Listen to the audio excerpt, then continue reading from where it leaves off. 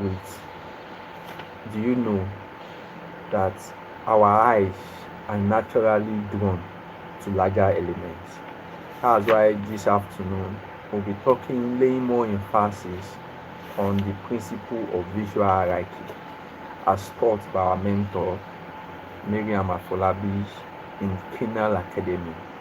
So why am I doing this? The main goal of me introducing you to the classes is for you to be able to make an informed decision about which career you want to settle with. If you want to in technology, in tech, in IT. So as you all know, I'm an IT engineer, IT support. I'm also into tech. That's why I want to be informing you and taking you on the class as learned in Kenya academic class. What we learned about the principle of visual hierarchy. Before that, the class started with the top 3 method of user research. Now in the top, yes, anytime I'm in the class, I always take notes. So here's my notes as you can all see. So I will be explaining it as our tutor explained it for the class held yesterday. So now the top 3 method of user research. She said we have the user interviews, the competitive analysis, and the usability testing. Now in the user interviews, she explained that it is just a conversation with the purpose, like you are having a conversation with a purpose, like a direct conversation. Like you sit down with someone and ask open-ended questions like, oh, tell me about the last time you tried to book a flight. And you should never ask a yes or no question. Back in the days, they used to tell us that we should ask a yes or no question. So the question should always be interview, should be always be open-ended, not close-ended questions, so that you want to get an informed decision. That is when you are doing your user interview, you need to get an answer, not really a precise answer. You want to get people's opinion about something before it will help you to create the application you want to create. Now, the number 2 is competitive analysis. It's a way of saying, or this is a way of snooping on the competition. Like, look at app that do something similar to your idea. For example, when you have an idea, like how she said it, when you have an idea, you look for some app that does something similar to that your idea. And when you look for app that does something similar to that your idea, then you snoop, like you check on what they are doing to see, and what are you taking to do. Then he said you are to check to what are they doing well, where do they annoy their user, what are people saying, the reviews they are getting from the store where people are downloading it from, which will help inform your decision. And there's another one, usability testing, which is the third method of user research. He said this is the most eye-opening part. It allows people to use your codec. It shows people a rough sketch. Now this place she explained to us that it's just like a and B testing. Like when you design something like a prototype, now like show it to maybe your friends, your family, to ask them that what did they feel about the application, the prototype, how did they feel around it. Let them just use it and see. You just need to get their experience before you are pushing out to the general public. So she explained something like this. So she gave us a three work. She asked us to match it with a survey and quantitative testing. She also asked us, which is number 1, she asked us to match it with interviews and qualitative analysis, and she also asked us to match it with usability testing. So the first one is I want to see exactly where someone click. So I believe that as you are listening to me now, you might be thinking that where could this one be matched with? Is it survey? Is it quantitative testing? Is it an interview? And is there a usability testing? I want to see exactly where someone clicks. The number second is I want to hear the story of how someone feel about the job. And the third one is I want to know if 500 people prefer blue or red. Actually, when she gave this as a class assessment, I think I had 1/3, not because I don't know it, but because the thing is it look confusing. But in the long run, I tend to understand that, oh, this is something I know, but because of pressure and I'm not aware, that it just caught me unaware, so I just have to pick something. And we're made to understand that I want to see exactly where someone click is a usability testing. I want to hear the story of how someone feels about the job is an interview. Then I want to know if 500 people prefer blue or red is actually a survey.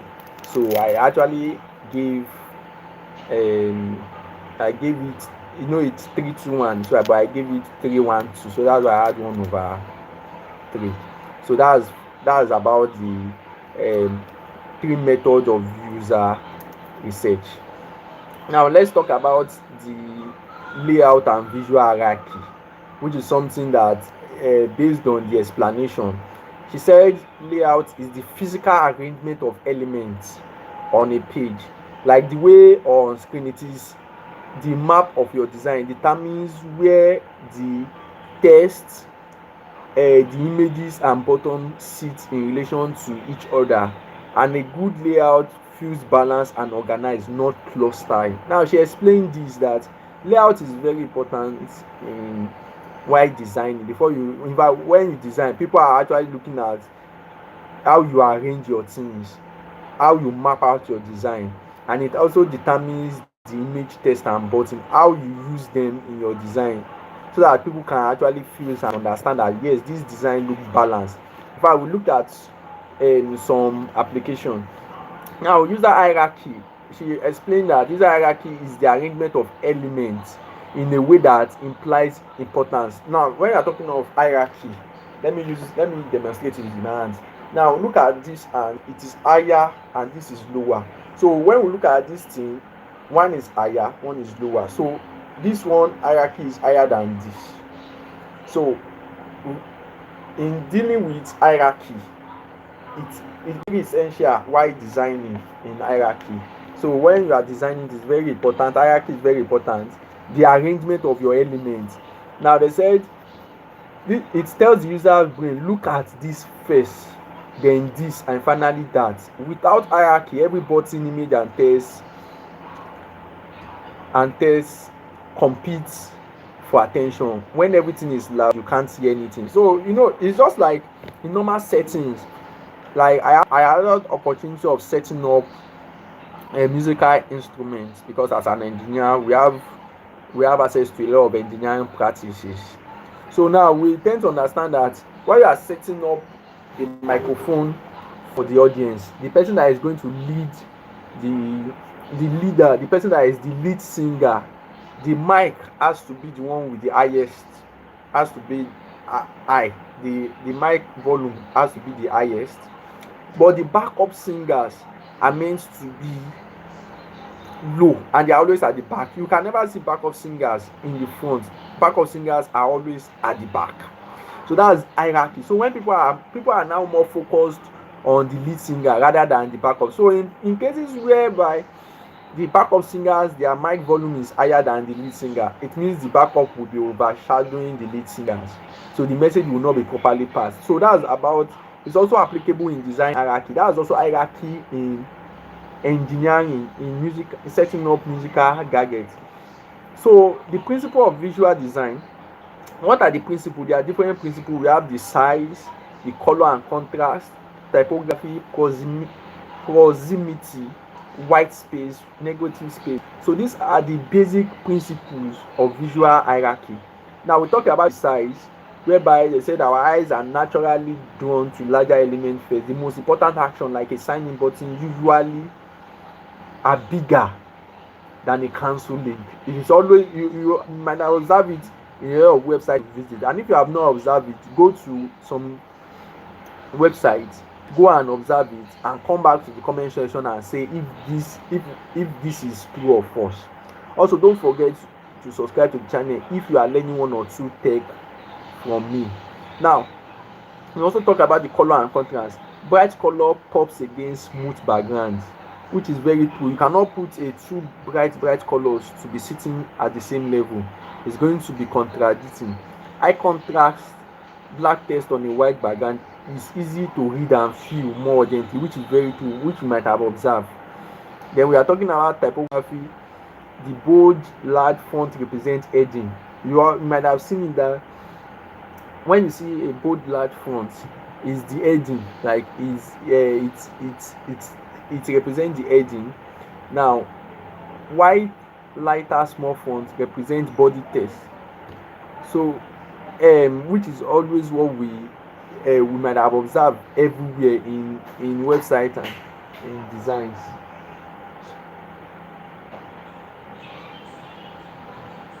So uh, we are talking about proximity.